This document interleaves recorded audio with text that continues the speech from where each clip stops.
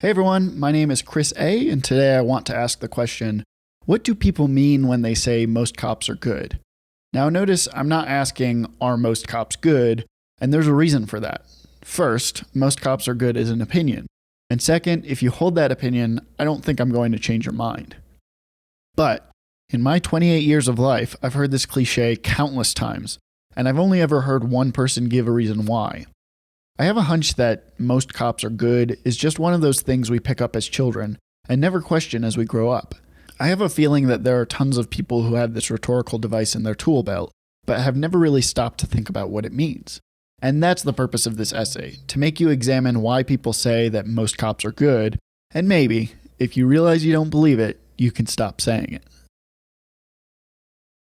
Now, first off, we've already established that most cops are good is an opinion. If you remember second grade English class, opinions differ from facts in that they are neither true nor false. They can be honest or dishonest depending on the speaker's true opinion, but can't be evaluated for their objective truth. However, opinions can be evaluated on their evidentiary support. Is an opinion well supported? In high school, I had a teacher claim that Barack Obama was dishonest, and his evidence was that Barack Obama was Middle Eastern, not African American. His reasoning was that both Hussein and Obama were Middle Eastern names. Now, first off, Hussein is a given name. If his name was Barack Luigi Obama, that wouldn't make him Italian. And secondly, Obama is in fact a Central African name. Here are some famous African people named Obama. You may believe that Obama is dishonest, but if your evidence is that his name is not African, your opinion is not well supported. We can have disagreements of opinion, but we cannot have disagreements on the facts of evidence leading us to our opinion. Let's look at the grammatical construction. It's a simple construction, only 4 words. Historical and cultural context tells us that we are usually talking about US police when we use the word cops, and are is about as straightforward as it gets. What is unusual about this construction, at least for a political rhetorical device, is that the subject uses an objective modifier most, meaning more than half, while the predicate's modifier good is wholly subjective. We can treat most as a binary. It's either true or false that most X are Y. However, this is greatly complicated by the movable goalposts established by the subjective good. So how do we evaluate good? Since the cliche most cops are good is most often used as a rhetorical response to the murder of civilians by police, perhaps we found our answer. Most cops don't murder unarmed black people on camera.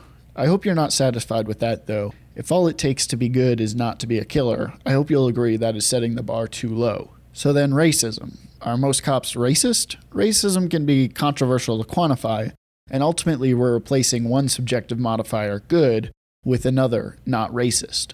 But for a lot of people, particularly activists and academics, this is actually an easy answer. Most cops are racist. There is a popular belief among academics who study racism that all white people in the US are inherently racist, since all white people in the US benefit, directly or indirectly, from white supremacy. Following this reasoning, we can pretty easily say that most cops are racist, and therefore not good, since 65.5% of police officers in the US are white. But Chris, I'm white and I'm not racist, and I'm not a capitalist, but every day I engage in capitalism as a resident of the United States. As such, whether I believe in capitalism or not, I am a capitalist. Similarly, you don't need to hold racist beliefs to be racist. I get that this is a hot take for some people, but I think it's one worth discussing. So let's look at the institution. Is policing in the US institutionally racist? Policing in the South started with slave patrols, and policing in the North started with the need to maintain a class hierarchy which always disenfranchised immigrants, people of color, and the working class. Yesterday, we talked about the origins of American policing with a focus on like the slave patrols. And that is very true for a huge chunk of American policing. Today, we're going to talk about the other chunk because it was not just slave patrols. Because a sizable chunk of American policing came out of a desire to suppress folks, number one, that we today would call white, but at the time, kind of the people with money didn't really consider to be white. But also more than anything, it came out of a desire to police labor, like the working class. These new police departments focused on the dangerous classes. You remember hearing that? Here we In go. the first episode, yeah. Here we go. Dangerous classes were largely made up of poor immigrants who were seen as being fundamentally criminal. Yeah. The idea began to spread that by patrolling, surveilling, and deploying force against these populations, police could stop crime from occurring. So we can't look at historical racism. How about the current state of policing?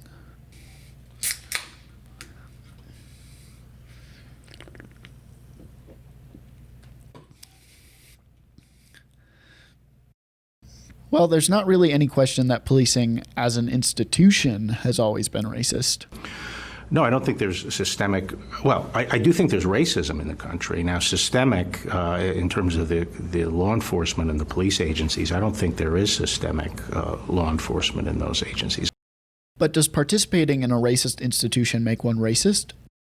This is a tough question to answer, but I think the mainstream U.S. belief adopted after World War II is that the only thing necessary for evil to prosper is for good people to do nothing. Think about what happened in Buffalo, New York. I think we can all agree that these officers should not have assaulted an elderly person. But what about these folks? People whose job it is to protect citizens refusing to help someone who is clearly in need. Surely they're also acting unethically. And it'd be unreasonable to assume they're all acting as individuals. No, they're doing exactly what they've been trained to do. They are agents of a violent system and are acting as such.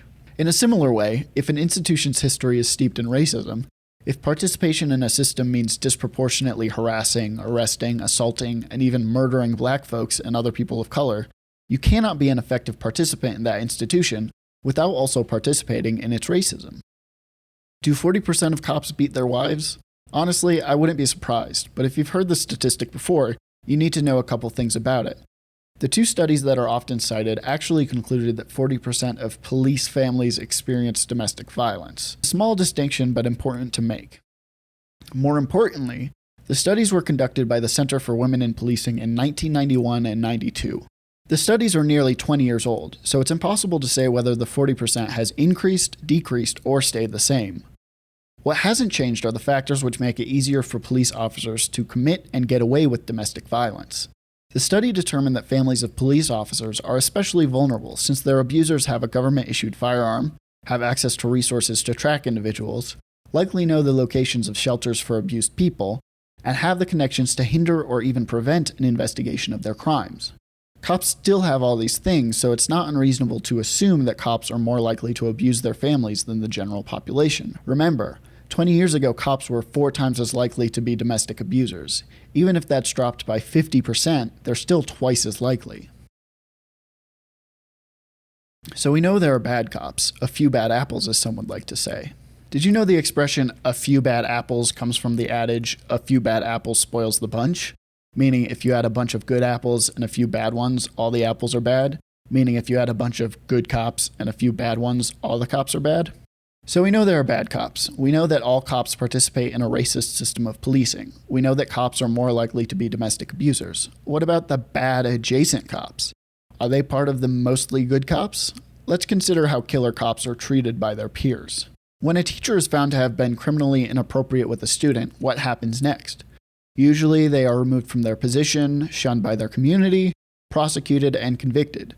Their fellow teachers tend to be more concerned with the well-being of the victimized student, as well as that of the community. And rarely, if ever, are we reassured that most teachers are good. When a police officer kills a civilian, how does the department respond? Usually the officer is placed on desk duty or paid leave. Rarely will they be prosecuted, and even more rarely are they convicted. According to Philip Stinson, a criminal justice professor at Bowling Green State University, only 110 law enforcement officers have been charged with murder or manslaughter in an on-duty shooting in the last 15 years. That's about 7 times a year, compared to the approximately 1,000 police killings every year. That's 0.7% of killer cops getting charged with a crime, and only 42 of those 110 were convicted.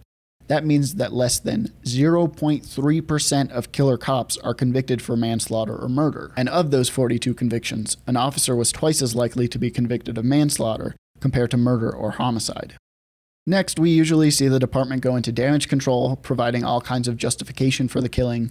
I don't believe we've ever seen a police officer be arrested in the immediate aftermath of the killing of a civilian, by which I mean officers on the scene witness a killing and do not arrest the killer. And during this process, how often are we reassured that most police officers are good?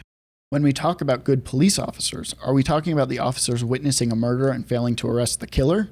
How about the ones justifying the killing to the community? And what about the officers working with prosecutors to evade a conviction? The criminal justice system is built to protect police officers from conviction. Even when the killing is on camera and clearly unjustified, most, if not all states, allow an officer to legally kill a civilian as long as they claim to have been afraid for life or limb. But this defense doesn't hold water in too many cases. If you're afraid of an unarmed person running away from you, maybe you're not cut out to be a police officer. We often hear that police officers should be cut some slack since their jobs put them at great risk.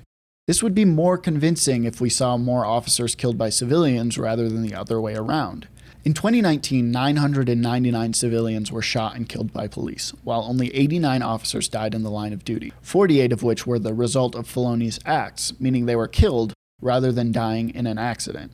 If an officer is over 11 times as likely to kill as to be killed, whose life is really at risk?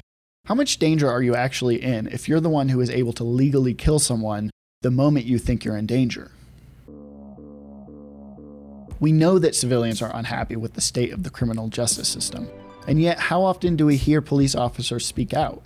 If your job allowed you to kill someone without consequence, whether or not you take advantage of that, the least you can do is say, I don't like that aspect of my job and I believe it should change. Resistance to reform is usually justified with the idea that reform will make it harder for cops to prevent crime. But let's be clear, what happened to George Floyd, Breonna Taylor, Tatiana Jefferson, Stephon Clark, Botham Jean, Philando Castile, Alton Sterling, Freddie Gray, Tamir Rice, and so many others was a crime. If not committing crimes makes it harder for you to prevent crimes, you're in the wrong line of work. Desmond Tutu once said, if you are neutral in situations of injustice, you have chosen the side of the oppressor. Edmund Burke famously said, the only thing necessary for the triumph of evil is for good people to do nothing. This of course begs the question, if you're allowing evil to triumph, can you truly claim to be good? Although most police officers don't kill civilians, all police officers perpetuate and participate in a system that allows the bad police officers to get away with murder. Because let's make one thing clear, most cops are good, maybe in opinion, but all cops can commit murder legally is a fact. So, one last thing. If you do end up killing someone, we'll probably have to give you some paid time off. There is a 0.3% chance you'll go to jail, but that's about it. That's fine with me. You're hired. Hey everyone, thanks for watching one of my very first YouTube videos. I am brand new, so thanks for your patience with the quality. I'm still figuring a lot of things out. Please like, comment, and subscribe. I have to say that now. I'm legally obligated. And check out my other videos. Thanks.